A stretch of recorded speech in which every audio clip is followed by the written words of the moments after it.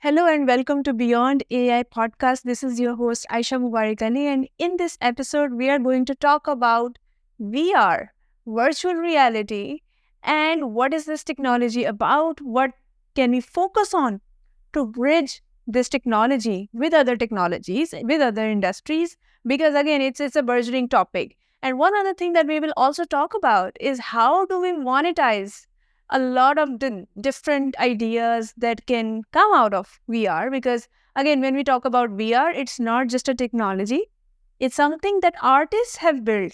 So, how can artists monetize this? How can people create services around it? So, it's a very interesting topic, and we are going to delve into the facets of the VR reality, virtual reality. What is this? And start off with, we will talk about where is the word coming from. Virtual reality, as you know, we define it as something that is simulating some kind of environment. It has to be immersive, and it also has to have this 3D element of it. Now, all of these are like quite interesting words because when we say 3D, we all know that we have experienced like 3D glasses just to have that effect in cinema. But what is this 3D when we think about escaping into a new reality? Because it's something quite interesting. It's out there.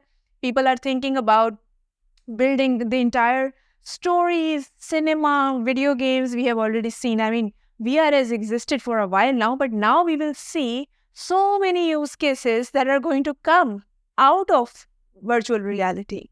And later on, we are going to also discuss the elements, because if we dissect virtual reality, then what are the different elements that virtual reality is made up of? And then in the end, we are going to also talk about metaverse.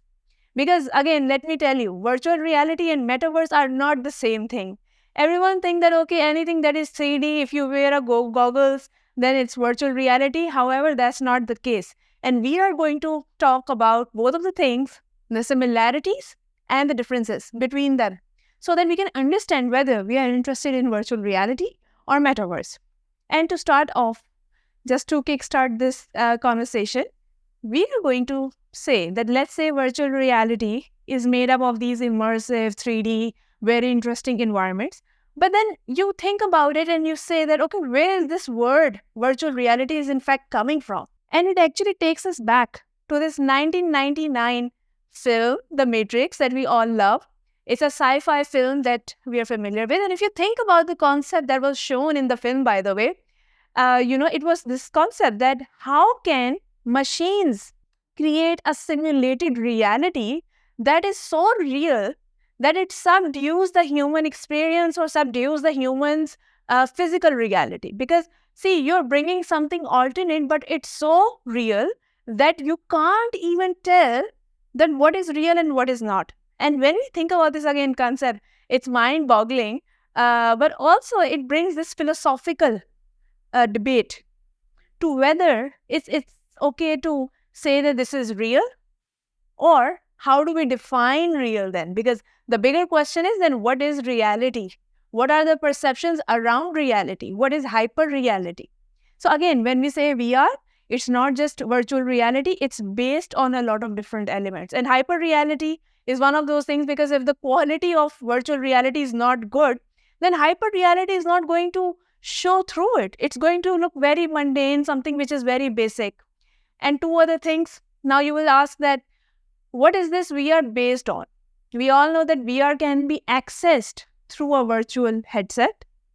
And now virtual headset, what are the components of headset that allows us to experience the virtual reality? That is, one, the stereoscopic display. Where is the stereoscopic word coming from?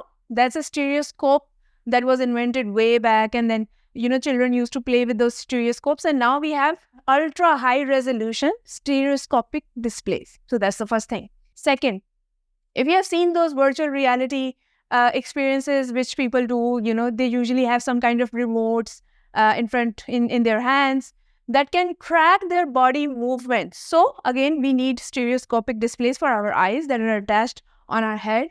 And then the second thing is the overall structure, which is through tracking devices, through movement detections and sensors that are integrated in our headsets. So two basic things, when they're combined, it creates a virtual reality experience. Thank you so much for listening in, and next episode we will bring something new. Thank you so much.